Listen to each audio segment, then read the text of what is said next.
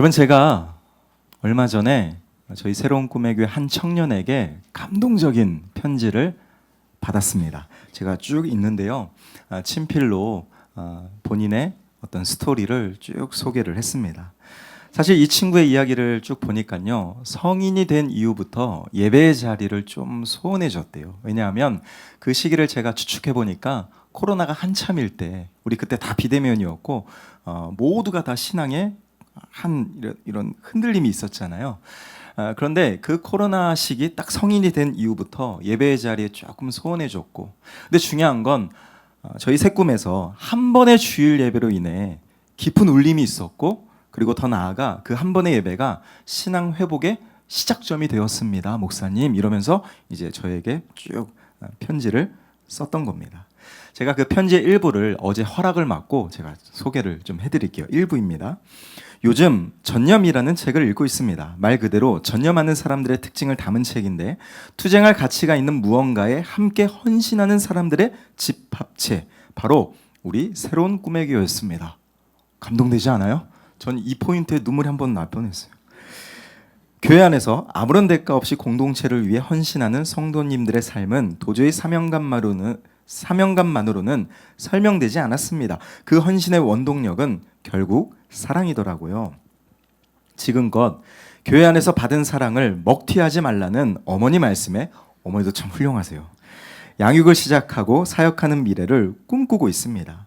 요즘 저의 예배, 기도생활, 교회에서의 모든 만남은 개인적인 위로를 넘어서 공동체적 사명으로 변화되고 있습니다. 이 마음 납작해지지 않게 잘 가꾸겠습니다. 너무 기특하죠? 제가 이 편지를 쭉 보는데 문득 드는 생각은, 여러분, 은혜는 하나님이 주십니다. 그러나 그 은혜를 유지하는 건 누구의 몫일까요? 우리 각자의 몫이라는 거죠. 순간의 은혜가 인생을 바꿉니다. 순간의 은혜가 삶의 목적과 삶의 방향과 내 존재 가치, 내가 살아갈 모든 미래의 방향을 재설정할 수 있는 것이 순간의 은혜고요, 한 번의 예배입니다. 예배 한 번이 너무 중요한 거예요. 순간의 은혜로, 한 번의 예배로 신앙의 깊이가 생기고요, 더 나아가 세상 사람들은 죽었다 깨나도 절대 몰라요. 하나님을 사랑하고 하나님을 섬기는 이 영적 가치, 이 삶의 기쁨을 세상은 절대 모릅니다. 근데 우린 알잖아요. 저는 저와 여러분들이 이처럼 평생 성숙한 믿음으로 하나님 한 분만 끝까지 사랑하고 섬기는 참된 예배자가 우리 새꿈 모든 가족이 다 되시기를 예수님의 이름으로 축원합니다. 저는 사실 우리가 한평생 믿음을 갖고 살아가야 될 텐데, 하나님이 기뻐하시고 하나님이 인정하시는 성숙한 믿음으로 살아가려면 정말 중요한 것이 무엇일까? 저는 오늘 에스겔 20장을 통해 참 많이 기도하고 고민을 했습니다. 은혜를 망각한 이스라엘 민족, 하나님은 그들의 과거를 계속해서 말씀하시는 거예요. 그게 오늘 에스겔 20장의 전반적인 스토리입니다. 오늘 에스겔 20장은 이스라엘 민족의 장로들이, 이제 종교 지도자들이죠, 장로들이 하나님의 뜻을 묻고자 에스겔을 찾아옵니다. 그렇게 시작돼요. 근데 하나님은 하나님의 뜻을 묻는 이 장로들의 질문 자체를 하나님은 철저하게 거절하십니다. 거부하십니다. 왜일까요? 남유다 백성들의 영적인 상태를 보니까 여전히 우상을 숭배하고 여전히 하나님을 떠나 있고 여전히 하나님을 멀리하고 있는 거예요. 하나님은 이들의 질문 자체를 받지 아니하시는 거죠. 특별히 1절에 보면 일곱째 해라고 표현되거든요. 이 일곱째 해가 에스겔이 바벨론으로 포로로 끌려온 지 7년째 되는 해입니다. 이 역사적 시점은 BC 주전 591년이에요. 근데 그거 아십니까? 앞으로 5년 뒤 주전 586년에 남유다는 바벨론에 의하여 멸망합니다. 그러니까 쉽게 말하면 지금 에스겔 20장의 시대적 배경은 멸망을 5년 앞둔 아주 임박한 시기예요. 에스겔 20장의 반복된 스토리는 명쾌합니다. 심판이에요. 내가 너희를 심판하겠다. 완악하고 폐역하고 어리석고 아둔한 이스라엘 민족을 향한 하나님의 임박한 심판을 하나님은 여러 모양으로 계속해서 위기의식을 느끼라고 표현하십니다. 왜요? 5년 남았거든요. 하나님은 누구보다 간절하신 거예요. 하나님은 누구보다 절박하신 거예요. 사랑하는 내 백성 어떻게든 돌이키시라는 하나님의 이 애절한 사랑, 심판으로 표현되는 거예요. 결국 하나님은 이 장로들에게 지금까지 이스라엘 민족이 출애굽 때부터 지금 이 시점까지 얼마나 역사적으로 일관된 불순종, 우상숭배, 불신앙 계속 유지했다라는 것을 하나님은 32절까지 계속 시대순으로 설명합니다. 그게 에스겔 20장의 큰 틀이에요. 그러나 이스라엘의 불순종은 애굽의 노예로 살던 그때부터 불순종은 시작되었습니다. 자, 7절을 보면요. 7절에 보면 하나님은 애굽에 이 노예 생활하는 이스라엘 민족에게 약속하십니다. 너희가 나를 사랑하고 너희가 나를 섬기고 너희가 내 말에 전적으로 순종하여 나를 따르면 내가 축복의 땅을 축복의 미래를 약속하겠다. 근데 8절을 보실까요? 이스라엘 백성들의 선택은 뭘까요? 하나님을 반역했다는 거죠. 하나님의 말씀을 즐겨 듣지 않았다는 거죠. 가증한 것들, 애굽의 우상들 끝까지 사모하고 따랐다는 거죠. 이미 애굽의 노예 생활할 때부터 불신앙이었어요. 근데 하나님의 은혜로 출애굽시킵니다. 그러면 세컨 찬스란 게 있잖아요. 홍해를 건너고 광야를 지나 이 출애굽의 은혜를 만끽하며 야, 하나님이 우리 민족을 다시 약속의 땅으로 인도하시네? 근데 우리 민수기 말씀을 얼마 전에 계속 나눴듯이 민수기 14장 가데스 바네아에서 어떻게 합니까? 불평, 원망, 낙심, 절망, 결국 그 끝은 40년의 광야 생활이에요. 심지어 오늘 본문 23절과 24절에 보면 40년 광야 생활 중에도 백성들의 불신앙은 여전했습니다. 하나님은요, 답답한 심정에 그 광야 생활할 때부터 내가 너희를 이방인들 중에 다 흩어버리겠다. 이미 그때부터 일찍부터 심판을 토해내신 거예요. 얼마나 답답하셨으면. 이게 끝일까요? 28절에 보니까 하나님의 또 다른 은혜로 가나안 땅에 들어가죠. 여호수아를 중심으로 가나안 땅에 들어갑니다. 그러면 라스트 찬스란 게 있잖아요. 가나안 땅에 들어왔으면 이 모든 복을 허락하신 하나님만 사랑하고 하나님만 섬기며 하나님만을 예배하고 하나님만을 전심으로 따랐어야 했는데 지금까지 이 장로들이 찾아올 때까지 이스라엘의 역사는요, 늘 어디서 무엇을 하든 우상을 숭배하고 하나님을 대적하고 하나님의 뜻에 대적했다는 거예요. 하나님이 그걸 계속 얘기하시는 거죠. 저는 오늘 말씀을 통해 이걸 깨달았습니다. 누구보다 하나님의 사랑과 은혜를 한 몸에 받았던 특권입니다. 사랑의 수혜자예요. 이런 이스라엘 민족이 왜 사랑의 수혜자가 심판의 대상이 되었을까? 하나님의 가슴은 찢어지는 거죠. 그러나 성경을 보면 하나님은 늘 자기 백성을 향해 축복을 약속하십니다. 다시 회복하시고 다시 기회를 주시고 기다려주시고 새로운 미래를 쭉 약속하시죠. 심지어 그 위대한 축복을 누릴 만한 영적 비결을 성경을 보면요, 하나님은 계속해서 친절하게 가이드해 주시는 거예요. 내 말을 들어라, 나를 바라봐라, 나를 사랑해라, 나를 따라라. 그러면 그 복된 땅에서 천대 만대 자손 대대로 축복을 누릴 거다. 이 엄청난 혜택, 영적 기회.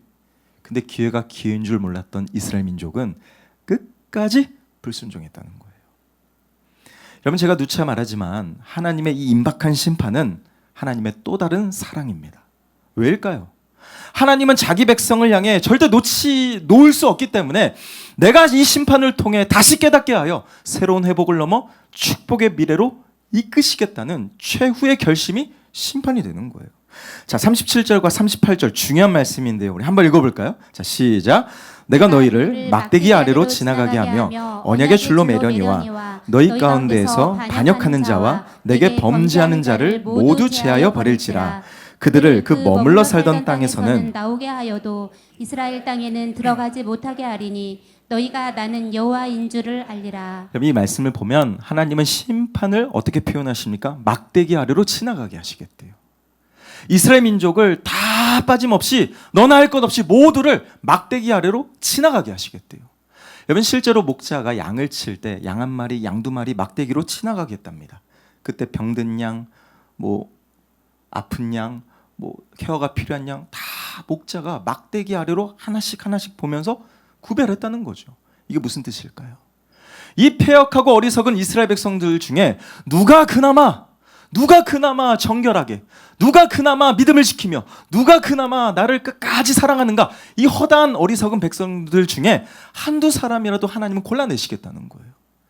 그게 몇 명이든 그 남은 자를 통해 새로운 회복, 축복의 미래 다시 시작하겠다니. 저는 오늘 말씀을 통해 과연 나라면 그 남은 자 중에 속할까? 하나님이 우리 모든 성도들을 막대기로 다 지나가게 하실 때 과연 그 막대기의 심판을 통과할 자는 누굴까? 그런 믿음 내게 있을까? 이런 질문이 생기더라고요.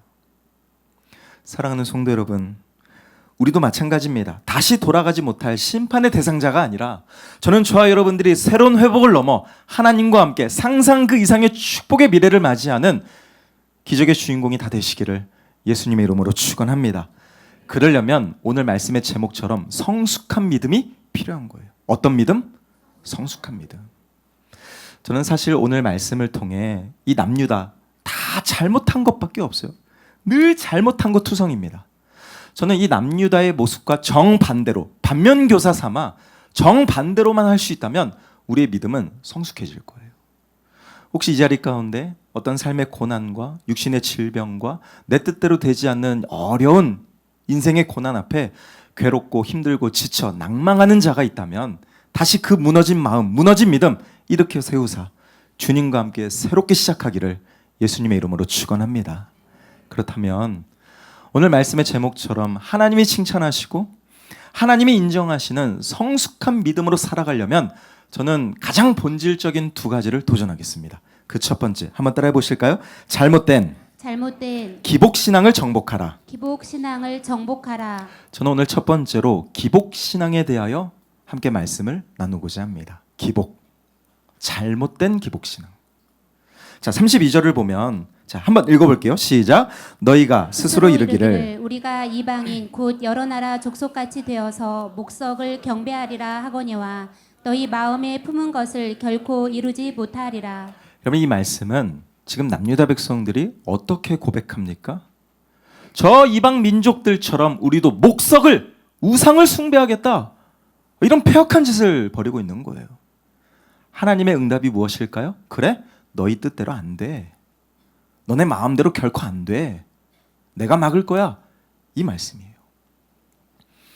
여러분 알다시피 지난주 제가 이 들에 버려진 피투성이 같은 보잘것없는 이스라엘 민족을 하나님이 택하여 극진히 보살피고 왕후로 세우사 너는 내 백성이다, 영원한 언약을 삼으셨다고 하나님의 사랑에 대하여 우리 말씀을 나눴습니다. 이런 하나님의 사랑 끝까지 외면해요. 이런 하나님의 은혜 아주 우습게 여깁니다. 우상을 선택하죠. 결국 이스라엘 민족에게 하나님은요 언제나 늘 후순위였습니다. 늘 후순위예요. 하나님이 최우선순위, 하나님이 내 삶의 1순위가 아니라 늘 가장 끝자리. 이스라엘 민족에게 하나님은 늘 후순위였습니다. 여러분 어떠십니까? 하나님이 여러분에게 몇 번째이신가요? 신앙은 아무리 생각해도 내 삶의 1순위가 누구인가? 영적 싸움이에요. 그게 신앙이에요. 세상은 돈이 전부다. 세상은 사람이 전부다. 세상은 성공이 중요하다. 틀린 게 아니죠. 저는 복을 무시하는 게 아닙니다. 복은 중요합니다. 복은 구해야 됩니다. 그러나 기복이 왜 문제예요? 하나님보다 복을 더 목적 삼으니까 기복이 문제인 거예요. 여러분 기복신앙은 다른 게 아닙니다. 내 삶의 중심, 내 삶의 기준 하나님이 아니라 다른 것들로 주인 삼을 때 그게 기복이 되는 거예요. 결국 기복신앙은 복을 구하는 잘못된 신앙입니다. 하나님을 구하는 게 아니라 복을 구하는 거예요. 복이 목적이에요. 그렇게 되면 어떻게 됩니까? 내가 그토록 원하고 바라는 세상 복을 얻기 위해서라면 하나님도 수단이 되는 거예요. 하나님도 도구가 되는 거예요. 하나님도 이용의 대상이 되는 거죠. 복이 우상이 되는 거예요. 자, 예를 들어 볼게요. 요한복음 6장에 보면 오병이어 표적을 일으키시잖아요. 표적이라는 표현이 중요합니다. 똑같은 기적이지만 왜 요한복음은 기적, 이적이 아니라 표적이라는 단어를 썼을까요? 그 기적을 통해 누구를 보라? 예수를 봐라. 이게 표적이에요. 자, 오병이어 표적을 일으킵니다. 그 뒤에 수많은 허다한 무리가 예수님을 쫓아오기 시작해요. 인기 스타죠. 대박입니다. 근데 그거 아세요? 요한복음 6장 26절에 보면 예수님이 그 무리를 향해 이렇게 말씀하세요. 너희가 나를 찾는 것은, 따라오는 까닭은 표적을 받냐? 표적 때문이냐? 아니면 배부른 까닭이냐? 영생의 떡인 예수 그리스도, 예수가 목적이 아니라 오병이요, 야, 떡 하나, 내가 저 예수를 따라가면 나 배 굶을 일 없겠네? 육신의 떡이 목적인 거예요. 저는 오늘 말씀을 통해 여러분에게 단도직입적으로 질문하겠습니다. 여러분은 무리이십니까? 제자이십니까? 나의 믿음, 나의 신앙, 적어도 하나님이 보실 때 이 수많은 무리의 신앙인지, 아니면 내 목숨 바쳐 하나님을 사랑하고 섬길 참 제자의 신앙인지 여러분이 잘 아실 거예요. 결국 기복신앙이 뭐냐? 하나님이 아닌 다른 것들을 구하는 불신앙. 이게 기복이에요.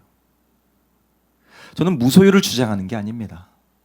세상 것들 다 포기하라는 거 아니에요. 여러분 성공하셔야 돼요. 돈 많이 버세요. 부자 되세요. 복 받으세요. 아멘이시죠? 이게 왜 잘못될까요? 구하세요. 하늘 아버지께 뻔뻔할 정도로 구하세요. 그러나 끝은 하늘 아버지께 맡기세요. 끝까지 내 뜻대로 하나님을 조종하는 게 기복신앙입니다. 그러나 구하되 맡기는 게 참신앙인 거예요. 결국 이스라엘 민족의 영적 DNA가 무엇이었을까요? 출애굽기에 등장했던 금송아지 우상이 그들의 피 속에 늘 흘렀습니다. 그럼 우리도 똑같죠. 여러분 마음속에 숨겨놓았던 어느 누구도 모를 내 안에 숨겨놓은 이기적인 금송아지, 이건 무엇입니까? 그거 드러내야 되는 거예요. 존 파이퍼 목사님이 하나님을 기뻐하라라는 책에 이런 말을 했습니다. 선물보다 선물을 주시는 분을 더 사랑하기란 매우 어렵다. 공감이 돼요. 선물보다 선물을 주시는 하나님을 사랑하기가 그게 참 어려워요. 그래서 신앙이 불편한 거예요. 근데 진짜 신앙은 선물에 목숨 거는 게 아니라 선물을 주신 하나님을 사랑하는 것. 할렐루야. 이게 진짜 신앙 아닐까요? 내 선물이 무엇인지 남들과 비교하며 내 감정이 막 요동치는 그런 우월의식, 그게 아니라 정말 선물을 주신 하나님이 나의 하나님 되심을 고백할 수 있는 참신앙. 타협하지 않겠죠, 그러면. 여러분, 인간은 누구나 예배합니다. 지금 여러분 하나님을 예배하죠. 우리 지금 하나님을 예배하고 있습니다. 그러나 교회 문 밖에 하나님을 믿지 않는 세상 사람들도 예배해요. 돈을 예배해요. 세상 권력을 예배해요. 승진을 예배해요. 그러나 우리는 하나님을 예배하잖아요. 이게 차이예요. 결국 하나님보다 덜 중요한 것들을 마치 하나님보다 더 사랑하듯, 이게 잘못이거든요. 그러니까 저는 저와 여러분들이 하나님보다 덜 중요한 것들을 하나님보다 더 사랑하지 않도록 마음을 지키고 생각을 지키고 믿음을 지키고 입술을 지키며 삶을 지킬 수 있는 것, 여러분 이게 참 신앙인 줄로 믿습니다. 이게 너무 중요하다는 거죠. 결국 신앙의 본질이 뭐냐? 하나님을 가장 사랑하는 거예요. 신앙의 본질이 뭐라고요? 하나님을. 여러분, 우리는 늘 이분법적으로 생각합니다. 하나님을 사랑하기 때문에 다른 것들을 다 포기해야 된다고 생각해요. 아니에요. 하나님은 우선순위를 말씀드리는 거예요. 하나님을 가장 사랑하냐? 하나님을 가장 섬기냐? 하나님이 네 인생의 1순위냐? 예, 1순위예요. 그럼 나머지 모든 것을 하나님이 책임지실 텐데요. 하나님 이걸 도전하시는 거예요. 저는 언제나 어떤 상황에서도 하나님이 나의 1순위가 되는, 그래서 하나님과 절대 거래하거나 흥정하거나 하나님을 이용하지 않는 참 분별력이 있는 저와 여러분들이 다 되시기를 예수님의 이름으로 축원합니다. 히브리서 13장 5절에 보면 이렇게 도전하죠. 같이 한번 읽겠습니다. 시작. 돈을 사랑하지 말고 있는 바를 족한 줄로 알라. 그가 친히 말씀하시기를 내가 결코 너희를 버리지 아니하고 너희를 떠나지 아니하리라. 할렐루야. 하나님은 지금 돈을 말씀하시지만 돈뿐만 아니라 하나님 외에 모든 내가 의지하는 것들, 그거 의지하고 그거 신뢰하고 그거 사랑하지 말고 누구를? 하나님을. 나를 절대 버리거나 떠나지 않고 끝까지 책임지실 나의 하나님만을 사랑하라고 도전하시는 거예요. 결국 남유다 백성들은 이기적인 기복신앙을 정복하지 못해 망합니다. 그게 16절이에요. 그들이 늘 역사를 따라 한결같이 우상을 섬겼죠. 하나님의 규례를 업신여겼죠. 율법을 행하지 않아 늘 하나님께 대적하고 심지어 하나님의 안식일을 더럽혔습니다. 그들의 늘 일관된 태도였어요. 여러분 에스겔 20장에 보면 반복해서 나오는 표현이 뭔지 아십니까? 내가 여호와인 줄 알게 하리라. 이 말은요 하나님이 계속 말씀하세요. 에스겔 1장부터 끝장까지 어디를 봐도 심판을 말씀하시고 어떤 말씀을 하시건 내가 여호와인 줄 알게 하리라 계속 말씀하십니다. 근데 그거 아십니까? 내가 여호와인 줄 알게 하리라 그 뒤에 그 여호와가 누구의 하나님일까요? 너희 하나님, 나의 하나님. 그거 믿으라는 거예요. 내가 여호와인 줄 알게 하리라. 근데 그 여호와가 누구의 하나님? 나의 하나님. 여러분 참 신앙은 하나님이 남의 하나님이 아니라 나의 하나님이심을 믿는 것. 이게 진짜 신앙입니다. 결국 하나님은 처음 언약을 맺으실 때부터 이스라엘 백성들을 향해 안식일을 지키라고 명령하셨습니다. 자, 오늘 20절 중요한 말씀인데요. 한번 읽어볼게요. 시작. 또 나의 안식일을 거룩하게 할지어다. 이것이 나와 너희 사이의 표징이 되어 내가 여호와 너희 하나님인 줄을 너희가 알게 하리라 하였노라. 안식일을 강조하십니다. 창세기 2장에 보면 하나님은 천지 창조를 하시죠. 마지막 일곱째 날에 안식하세요. 여러분 창조주 하나님이 신이 쉴 필요가 있을까요? 피곤함을 못 느껴요. 근데 왜 쉴까요? 왜 안식일을 지키라고 안식일을 명하셨을까요? 우리를 위해서예요. 안식이 뭐냐? 창조주 하나님께 집중하는 시간이에요.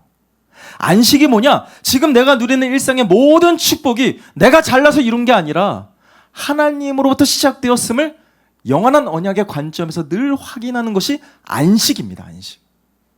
하나님 그래서 안식일을 지키라고 말씀하신 거예요. 자, 출애굽기 16장 29절 우리 한 구절 더 볼게요. 자, 같이 읽습니다. 시작. 볼지어다 여호와가 너희에게 안식일을 주므로 여섯째 날에는 이틀 양식을 너희에게 주는 것이니 너희는 각기 처소에 있고 일곱째 날에는 아무도 그의 처소에서 나오지 말지니라. 자, 이 말씀은 이스라엘 백성들이 출애굽하고 광야 생활할 때 하나님이 그들에게 만나를 주시면서 하셨던 말씀이에요. 먹을 거 내가 책임질게. 너네는 일곱째 날 안식일이 되면 처소에 나오지 말고 하나님을 예배해라. 안식일을 지켜라. 명하셨습니다. 근데 재밌는 건 여섯째 날 안식일 첫날 2배를 주시겠대요. 이틀치를 주시겠대요. 이거 무슨 의미일까요? 먹을 거에 목매달지 말라는 거예요. 먹을 양식에 목숨 걸지 말라는 거예요. 먹을 거, 입을 거 내가 다 책임져 줄게. 이 만나를 공급하신 하나님께 주목해야지. 그게 안식일이에요. 근데 우리는 늘 만나에 주목합니다. 하나님, 제 손에 어떤 만나입니까 이거? 근데 저 집사님은 너무 좋은 만나. 근데 나는 왜 이래? 만나에 주목할 게 아니라 이 만나를 공급하신 분이 누구예요? 하나님이죠. 그 하나님께 내 인생을 집중하고 주목하며 내 삶의 가치를 재설정하는 시간이 반복되는 안식일인 거예요. 안식일은 내 안의 기복, 세상을 내려놓고 참복, 예수 그리스도를 구하는 시간이 안식입니다. 저는 일주일에 한 번 이 거룩한 주일에 영적 안식일이죠. 저는 저와 여러분들이 내 존재 이유, 가치, 내 삶의 모든 목적을 다시 한번 재점검하고 내가 하나님 보시기에 성숙한 믿음으로 살아내고 있는가? 다시 결단할 수 있는 진정한 예배자가 되시기를 예수님의 이름으로 축원합니다. 마땅히 구할 것을 구해야지 썩어 없어질 양식을 구하지 마세요. 마태복음 6장 33절에 주님은 도전하십니다. 먼저 그의 나라와 의를 구하라. 너무 유명한 말씀이에요. 근데 이 뜻이 뭘까요? 야! 너 뼈 빠지게 돈 벌어서 다 바쳐라. 너 네 시간 다 포기하고 교회 와서 3개, 4개 사역하며 봉사해라. 이런 영적 폭력으로 들리십니까? 하나님은 그런 분 아니에요. 먼저 그의 나라와 의를 구하라. 이 영적인 도전은요, 네 삶의 1순위가 무엇이냐? 이 질문이에요. 여러분 기억하세요. 내 삶의 1순위가 항상 하나님이 되는 순간부터 내가 구하지 않았던 모든 세상 것까지 하나님이 더하여 주시는 영적인 보너스를 마음껏 누리는 기적의 주인공이 될 줄로 믿습니다. 디모데전서 6장 17절에 이렇게 도전합니다. 정함이 없는 재물에 소망 두지 말고 모든 것을 우리에게 후히 주시되 넘치도록 누리게 하시는 나의 아버지 하나님, 그 하나님만을 끝까지 사랑하는 우리 새꿈 가족이 다 되시기를 예수님의 이름으로 축원합니다. 한 걸음 더 나가 두 번째 한번 따라해 보실까요? 연약한 연약한 신앙 기복을 극복하라. 신앙 기복을 극복하라. 같은 기복이지만 다른 의미입니다. 제가 처음에 얘기했던 기복 신앙은요, 하나님이 아닌 다른 것을 사랑하는, 이게 기복 신앙이에요. 근데 제가 지금 도전할 연약한 신앙의 기복은요, 하나님을 믿는 신앙의 편차, 계속해서 왔다리 갔다리 흔들리는 우리의 연약한 신앙, 그 기복을 극복하자는 거예요. 자, 39절에 보면 하나님은 이렇게 일침을 가하십니다. 너네 반역할 거면 차라리 드러내놓고 우상 섬겨라. 비겁하게 쪽팔리게 숨어서 하나님을 정말 목숨 바쳐 섬기는 척하며 뒤에서 꿍꿍이 집 버리지 말고 차라리 반역할 거면 드러내놓고 우상 섬겨라. 하나님은 일침을 가하시는 거예요. 두 마음 품지 마라. 나를 사랑한다 하면서 헛된 우상 섬기지 마라. 거짓 예물로 내 이름 더럽히지 마라. 하나님 명백하게 도전하시는 거예요. 40절에 보면 아까 막대기 심판 말씀드렸잖아요. 하나님 막대기를 통해 다 지나가게 하신대요. 누가 정결한 자인지, 누가 패역한 자인지, 누가 깨끗한 자인지, 누가 범죄한 자인지 하나님은 다 구별해 내신대요. 그게 몇 명이든 그 남은 자들로 하나님은 새로운 예배, 온전한 예배를 회복하시겠다. 그게 40절이에요. 보세요. 이스라엘 족속이 다 나를 섬긴대요. 그때가 되면 다 나를 섬긴대요. 회복된 거죠. 거기에서 너희의 예물과 너희가 드리는 첫 열매와 너희의 모든 것들을 내가 기쁘게 받겠다. 온전한 예배 회복이에요. 여러분, 제가 꿈의 교회 사역한 지 올해로 14년 차인데요. 많은 것들을 배우고 앞으로 더 배우겠지만 사실 제 삶의 큰 변화 중에 하나가 뭐냐면 제가 요즘 우리 전사님들하고 나누는 것 중에 하나가 뭐냐? 완벽할 수 없죠. 우리 다 완벽할 수 없어요. 그러나 우리 자신은 뛰어넘을 수 있지 않을까요? 극복할 수 있지 않을까요? 여러분, 제가 11조 안 하는데 어떻게 여러분에게 11조 하라고 제가 설교하겠습니까? 제가 감동이 되지 않는 감사헌금 하나 안 하는데 제가 어떻게 여러분에게 감동이 될 정도로 하나님께 헌신하라. 그거 영적 폭력이에요, 여러분. 제가 목숨 바쳐 목회 안 하는데 어떻게 여러분에게 시간 바쳐, 마음 바쳐, 몸 바쳐 교회 헌신하라. 이렇게 얘기할 수 없는 거예요. 최소한 내가 그렇게 살아내야 도전할 수 있는 거죠. 저 요즘 전사님들하고 이런 얘기합니다. 우리 거품 좀 빼자고, 가식 떨지 말자고. 근데 이게 교역자만 해당될까요? 우리 다 하나님의 사역자인데요. 저는 정죄함을 드리는 게 아니라 정말 성숙한 믿음으로 나아가기 위해 우리가 정말 늘 정신 바짝 차리고 지켜야 될 굵직한 두 가지 본질을 도전하는 겁니다. 기복신앙, 신앙의 기복. 하나님을 믿는다 하지만 계속해서 세상 유혹에 흔들립니다. 계산합니다. 타협합니다. 적당히 회색지대에 숨어버립니다. 우리 다 마찬가지예요. 근데 최소한 완벽할 수는 없어도 어제 그 연약한 나, 어제 그 타협하던 나, 그냥 스리슬쩍 적당히 묻어가려 했던 이런 나 자신만큼은 오늘 조금 극복할 수 있지 않을까? 저 이거 도전하는 거예요. 저는 저와 여러분들이 평생토록 주님을 더욱 닮아갈 수 있는 깨어있는 믿음의 소유자가 되시기를 예수님의 이름으로 축원합니다. 주일 예배도 퐁당퐁당 하지 마시고, 왜 이렇게 퐁당퐁당?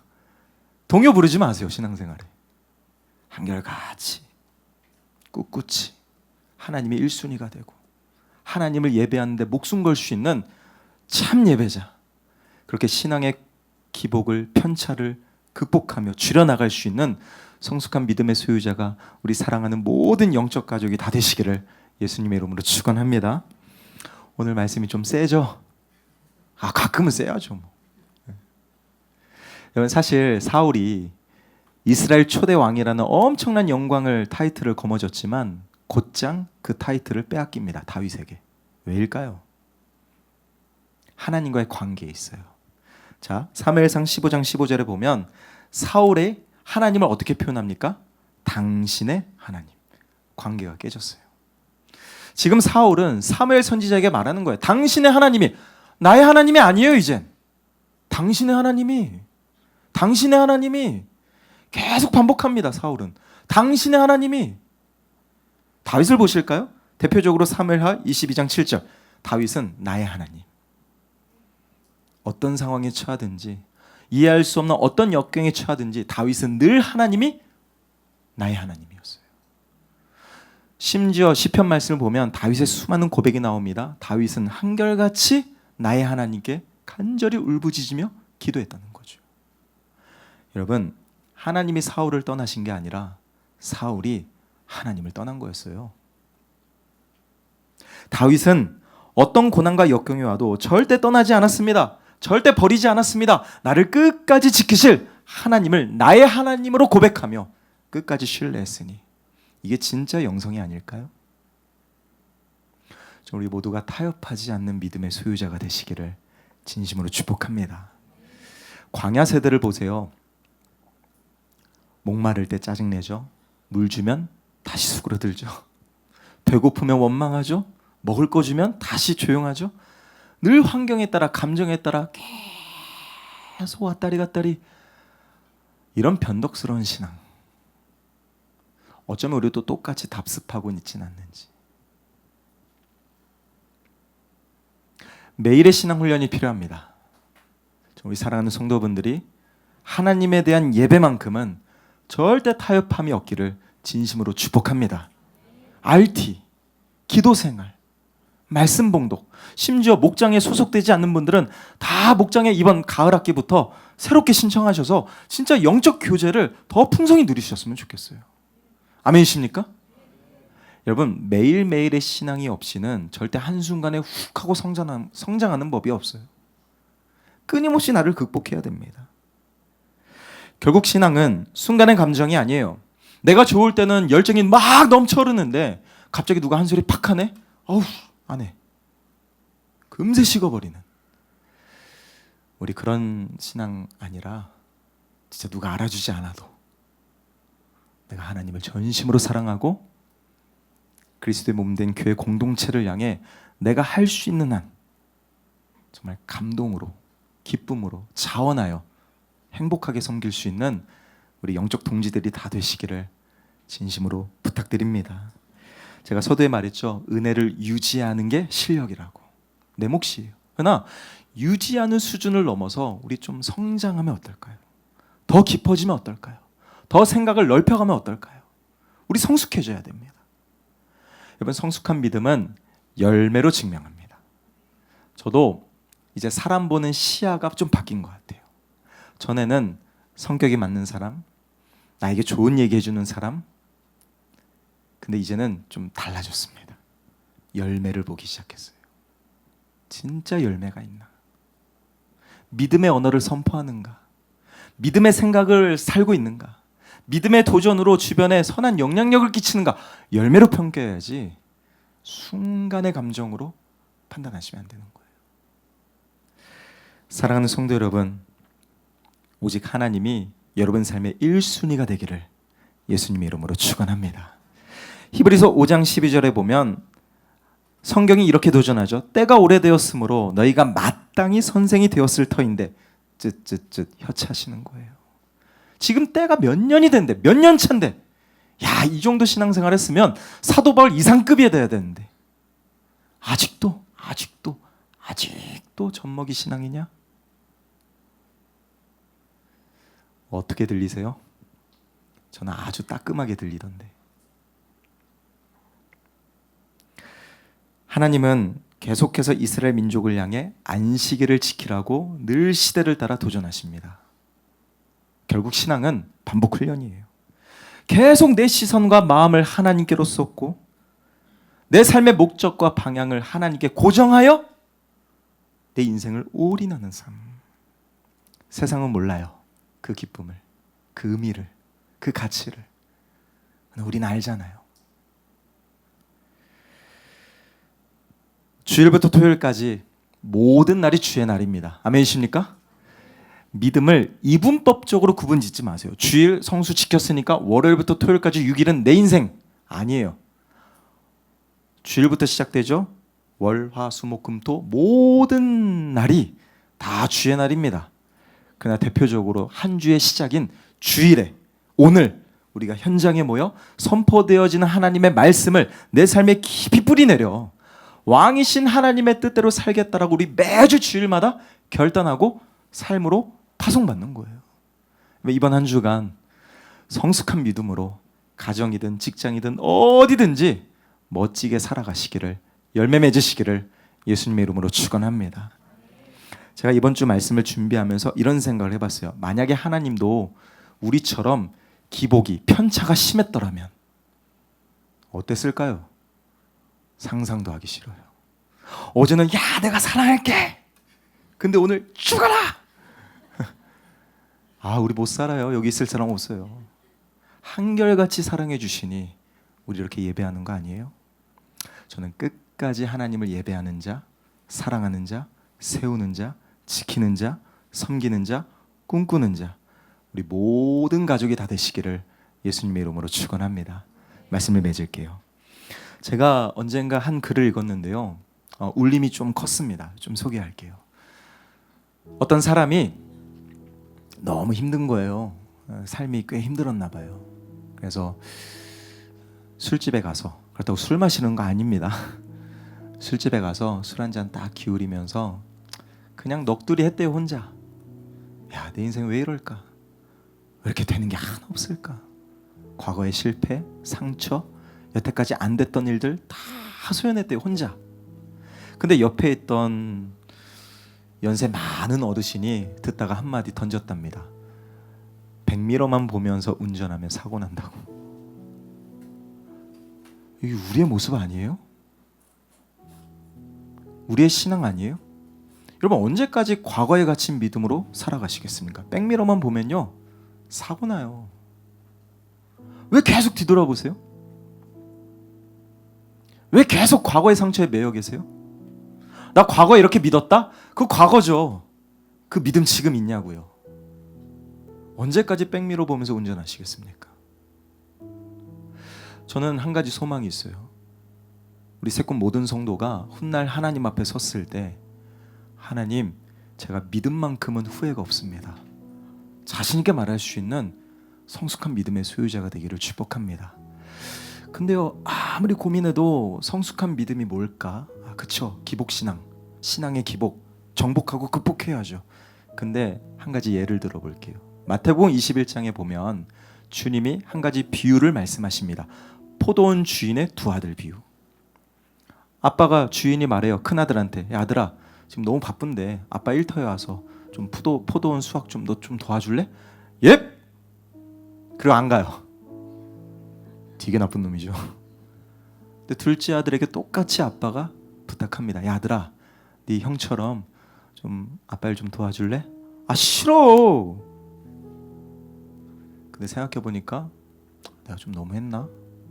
뉘우치고 아버지를 가서 돕습니다. 누가 아버지를 더 사랑하는 아들인가요? 둘째죠, 둘째. 근데 저는 여러분에게 셋째가 되기를 도전합니다. 성경에 안 나온 셋째 누굴까요? 네 하고 끝까지, 진짜 끝까지 남은 자로 하나님을 사랑하는 자. 저는 저와 여러분들이 평생 하나님을 사랑하고 평생 주님을 닮아가는 성숙한 믿음의 사명자가 되시기를 진짜 축복합니다. 저 두 가지 도전했어요. 첫 번째 뭐예요? 잘못된 기복신앙을 정복해라. 신앙의 본질을 지키세요. 하나님 사랑하는 거예요. 두 번째, 연약한 신앙의 기복을 매일 극복하세요. 나를 이기세요. 열매를 맺으세요. 저는 내 인생 최고의 가치가 오직 예수, 할렐루야, 그 마음 지키며 끝까지 하나님을 자랑할 수 있는 참된 승리자가 우리 모든 새꿈 가족이 다 되시기를 예수님의 이름으로 축원합니다.